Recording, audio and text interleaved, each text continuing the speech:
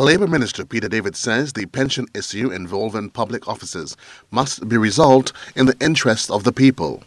Minister David addressed the issue publicly for the first time since the High Court judgment in favour of public officers was delivered last month. I, as Labour Minister, can tell you that we will solve this problem.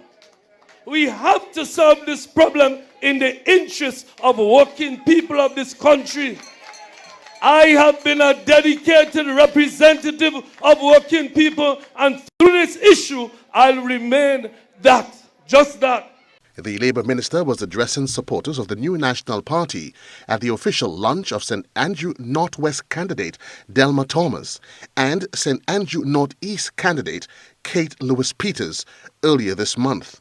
The recent judgment applies to public officers employed within the public service after February 22, 1985, and means that for the 37 years after that, payment of pension will have to be made using the NIS Act and the Pre-Constitution Pension Act.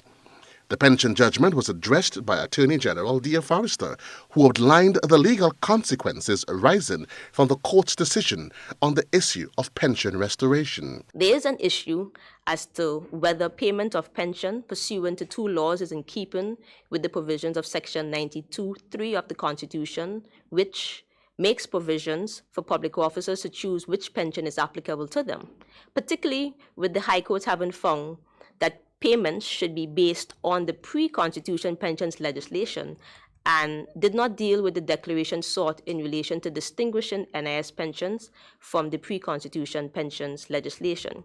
Starting to count the financial cost to the government, the Attorney General says as the salary of public officers increases in the service, the pension payable to retired public servants will also increase. So, for example, if there is a 4% increase in salary to public officers, retired public officers receive a 4% increase in pensions payments.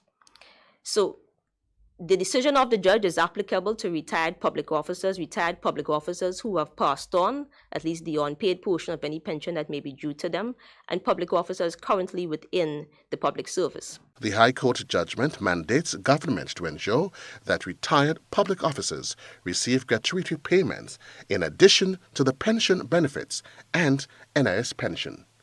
Joseph Kador, GBN News.